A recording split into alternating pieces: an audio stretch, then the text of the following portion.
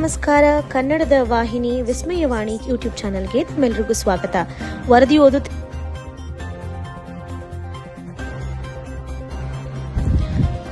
ದಾವಣಗೆರೆಯ ಹರಿಹರದ ಮೂಲದ ವಿನಯ್ ಕೊಟಗಿ ಮತ್ತು ಸುಮಾ ಅವರ ಮಕ್ಕಳು ಕನ್ನಿಕಾ ವಿಕೆ, ನೇಸರ ವಿಕೆ ಮಿಚಿಗನ್ನ ಟ್ರಾಯ್ ನಗರದಲ್ಲಿರುವ ಬಿಮಿಸ್ ಶಾಲೆಯ ಕಲ್ಚರಲ್ ಪ್ರೋಗ್ರಾಂನಲ್ಲಿ ತಮ್ಮ ಪೋಷಕರ ಜೊತೆಗೂಡಿ ಭಾರತೀಯ ಸಂಸ್ಕೃತಿ, ಹಬ್ಬ ಹರಿದಿನ ಹಾಗೂ ಆಟಪಾಠಗಳನ್ನು ಪರಿಚಯಿಸಿ ಎಲ್ಲರ ಮೆಚ್ಚುಗೆ ಪಡೆದರು. ಎಲ್ಲೇ ಇದ್ದರೂ ದೇಶದ ಮೌಲ್ಯ ಮರೆಯದೆ ದೇಸಿ ಸಂಸ್ಕೃತಿಯನ್ನು ಜಗತ್ತಿಗೆ ತೋರಿಸುವ ಉತ್ಸಾಹ ಭಾರತೀಯರ ಹೆಮ್ಮೆಯ ಸಂದೇಶವಾಗಿ ಕಾರ್ಯಕ್ರಮ ಕಂಗೊಳಿಸಿತು.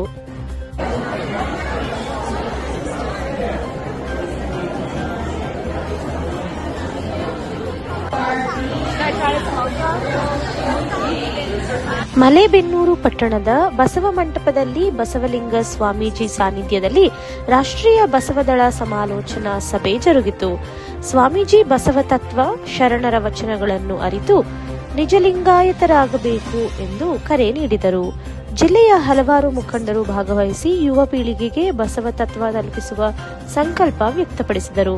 ಡೆಪ್ಯೂಟಿ ಸಿಎಂ ಡಿಕೆ ಶಿವಕುಮಾರ್ ಅವರು ಭಾನುವಾರ ದೆಹಲಿಯ ಕರ್ನಾಟಕ ಭವನದಲ್ಲಿ ರಾಜ್ಯಪಾಲ ಥಾವರ್ ಚಂದ್ ಗೆಹ್ಲೋಟ್ ಅವರನ್ನು ಸೌಜನ್ಯವಾಗಿ ಭೇಟಿ ಮಾಡಿದರು.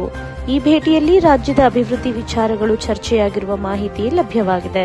ಡೆಪ್ಯೂಟಿ ಸಿಎಂ ಡಿಕೆ ಶಿವಕುಮಾರ್ ಅವರು ಭಾನುವಾರ ನವದೆಹಲಿಯ ಕರ್ನಾಟಕ ಭವನದಲ್ಲಿ ಮಾಧ್ಯಮದವರೊಂದಿಗೆ ಮಾತನಾಡಿದರು. ರಾಜ್ಯದ ಪ್ರಸ್ತುತ ರಾಜಕೀಯ ಹಾಗೂ ಅಭಿವೃದ್ಧಿ ವಿಚಾರಗಳನ್ನು ಈ ಸಂದರ್ಭದಲ್ಲಿ ಹಂಚಿಕೊಂಡರು.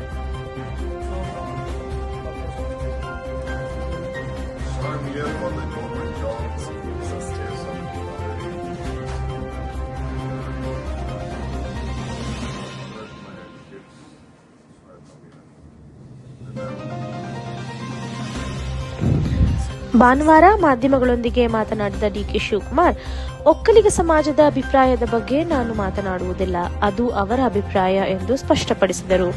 ದೆಹಲಿಗೆ ತೆರಳುವ ಮುನ್ನ ಸದಾಶಿವನಗರದಲ್ಲಿ ಮಾತನಾಡಿದ ಅವರು, ಕಾವೇರಿ ವಿಚಾರಣೆ ಹಿನ್ನೆಲೆಯಲ್ಲಿ ವಕೀಲರ ಜೊತೆ ಚರ್ಚಿಸಲು ಹಾಗೂ ಬೇರೆ ಕೆಲಸಗಳ ನಿಮಿತ್ತ ದೆಹಲಿಗೆ ಹೋಗುತ್ತಿದ್ದೇನೆ ಎಂದರು.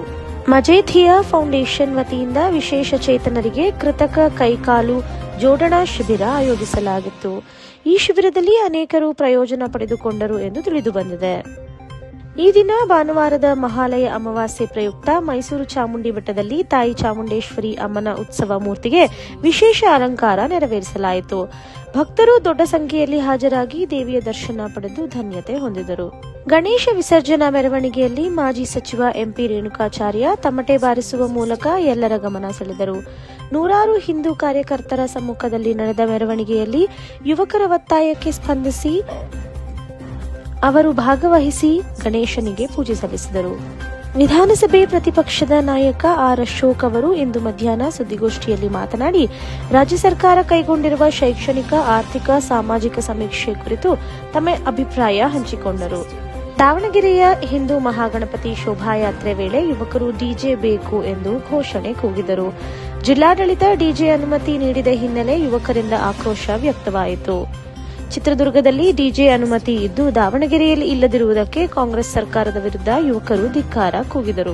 ನವರಾತ್ರಿ ಸಂಭ್ರಮ ಇಂದು ಆರಂಭವಾಗಿದ್ದು, ದಾವಣಗೆರೆ ದಕ್ಷಿಣದ ಶಾಸಕರಾದ ಡಾ ಶಾಮನೂರು ಶಿವಶಂಕರಪ್ಪ ಅವರು ಸಮಸ್ತ ನಾಡಿನ ಜನತೆಗೆ ದಸರಾ ಹಬ್ಬದ ಹಾರ್ದಿಕ ಶುಭಾಶಯಗಳನ್ನು ತಿಳಿಸಿದರು. ತಾಯಿ ಚಾಮುಂಡೇಶ್ವರಿ ಹಾಗೂ ನಗರ ದೇವತೆ ದುರ್ಗಾಂಬಿಕಾ ಆಶೀರ್ವಾದ ಸದಾ ಇರಲಿ ಎಂದು ಪ್ರಾರ್ಥಿಸಿದ ಅವರು ಇಂದು ಶನಿವಾರದ ಅಂಗವಾಗಿ ಆಂಜನೇಯ ಸ್ವಾಮಿ ದೇವಾಲಯಕ್ಕೆ ತೆರಳಿ ವಿಶೇಷ ಪೂಜೆ ಸಲ್ಲಿಸಿದರು. ಬೆಣ್ಣೆದೋಸೆ ನಗರಿಯ ಹಿಂದೂ ಮಹಾಗಣಪತಿ ವಿಸರ್ಜನೆ ವಿಜೃಂಭಣೆಯಿಂದ ಜರುಗಿತು. ಜಿಲ್ಲೆಯ ಜನರಿಗಷ್ಟೇ ಅಲ್ಲದೆ ಅಕ್ಕಪಕ್ಕದ ಜಿಲ್ಲೆಗಳ ಭಕ್ತರ ಗಮನವನ್ನು ಸೆಳೆದ ಈ ಮೆರವಣಿಗೆಯಲ್ಲಿ ಭಕ್ತಿ ಭಾವ, ಸಂಸ್ಕೃತಿ, ಕಲಾ ತಂಡಗಳ ವೈವಿಧ್ಯತೆಯ ಸಂಭ್ರಮ ಕಂಗೊಳಿಸಿತು. ನಾಗವಂದ ಗ್ರಾಮದಲ್ಲಿ ಶಂಕರ ಕಣ್ಣಿನ ಆಸ್ಪತ್ರೆ ಶಿವಮೊಗ್ಗ ಹಾಗೂ ಶಂಕರ ದೃಷ್ಟಿ ಕೇಂದ್ರ ಹೊನ್ನಾಳಿ ಸಹಯೋಗದಲ್ಲಿ ಉಚಿತ ನೇತ್ರ ತಪಾಸಣೆ ಮತ್ತು ಶಸ್ತ್ರಚಿಕಿತ್ಸಾ ಶಿಬಿರ ಯಶಸ್ವಿಯಾಗಿ ಜರುಗಿತು. ಮಾನವ ಧರ್ಮ ಕಲ್ಯಾಣ ಟ್ರಸ್ಟ್ ಆಶ್ರಯದಲ್ಲಿ ನಡೆದ ಈ ಶಿಬಿರದಲ್ಲಿ 30 ಮಂದಿಗೆ ಉಚಿತವಾಗಿ ಕಣ್ಣಿನ ಶಸ್ತ್ರಚಿಕಿತ್ಸೆ ನೆರವೇರಿಸಲಾಯಿತು. ಕತ್ತಲೆಯಿಂದ ಬೆಳಕಿನೆಡೆಗೆ ಎಂಬ ಸಂದೇಶದೊಂದಿಗೆ ಶಿಬಿರ ಭಕ್ತರ ಮೆಚ್ಚುಗೆಗೊಳಿಸಿತು. ದಾವಣಗೆರೆ ನಗರದಲ್ಲಿ ಬೀದಿ ನಾಯಿಗಳ ಹಾವಳಿ ತೀವ್ರಗೊಂಡಿದ್ದು, ಜಿಲ್ಲಾಧಿಕಾರಿ ಡಾ ಜಿಎಂ ಗಂಗಾಧರ ಸ್ವಾಮಿ ತಾವು ನಾಯಿಗಳ ದಾಳಿಗೆ ತುತ್ತಾದ ಅನುಭವವನ್ನು ಸಭೆಯಲ್ಲಿ ಹಂಚಿಕೊಂಡಿದ್ದಾರೆ. ಬೆಳಗ್ಗೆ ಜಾಗಿಂಗ್ಗೆ ಹೋಗಿದ್ದಾಗ 5-6 ನಾಯಿಗಳು ಅಟ್ಟಾಡಿಸಿಕೊಂಡು ಬಂದವು. ಕಲ್ಲು ಎತ್ತಿ ಓಡಿಸಬೇಕಾಯಿತು ಎಂದು ಅವರು ತಿಳಿಸಿದ್ದಾರೆ. ಜಿಲ್ಲೆಯಲ್ಲಿ ವರ್ಷಕ್ಕೆ 5-6 ಸಾವಿರ ಜನರು ನಾಯಿ ದಾಳಿಗೆ ತುತ್ತಾಗುತ್ತಿದ್ದಾರೆ ಎಂದು ಉಲ್ಲೇಖಿಸಿದ ಅವರು, ಸಮಸ್ಯೆ ಪರಿಹಾರಕ್ಕೆ ಎನ್ಜಿಒಗಳ ಸಹಕಾರದಲ್ಲಿ ಕ್ರಮ ಕೈಗೊಳ್ಳಲಾಗುತ್ತಿದೆ ಎಂದರು. ಇದು ಇಂದಿನ ವಿಶೇಷ. ನಿರಂತರ ಸುದ್ದಿಗಾಗಿ ನೋಡ್ತಾ ಇರಿ ವಿಸ್ಮಯವಾಣಿ. ಇದು ಕನ್ನಡಿಗರ ಧ್ವನಿ. ವರದಿ ಓದಿದವರು ವಿದುಷಿ ಸ್ವಾತಿ ಪಿ ಭರದ್ವಾಜ್.